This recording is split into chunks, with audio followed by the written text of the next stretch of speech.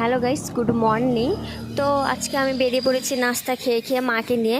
তো মা কাজে যাবে, তার জন্য আমরা বেরিয়ে পড়েছি। তো আমার এখানে নাস্তা খাওয়া শেষ, আমি এটা কোথায় ফেলবো ভাবছি, কিন্তু সামনে একটা বড় রোড দেখতে পেলাম, তো ভাবছিলাম এখানে ফেলে দেবো টুকুস করে।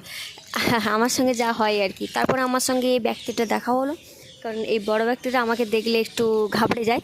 তো সরি, ভুলে গেলে আমি ওকে দেখলে ঘাবড়ে যাই। তো আমি মার এক সাইড হয়ে গেলাম, কারণ যদি আমাকে কামড়ে পামড়ে দেয়, এদেরকে তো বিশ্বাস নেই, যতই হোক পোষা।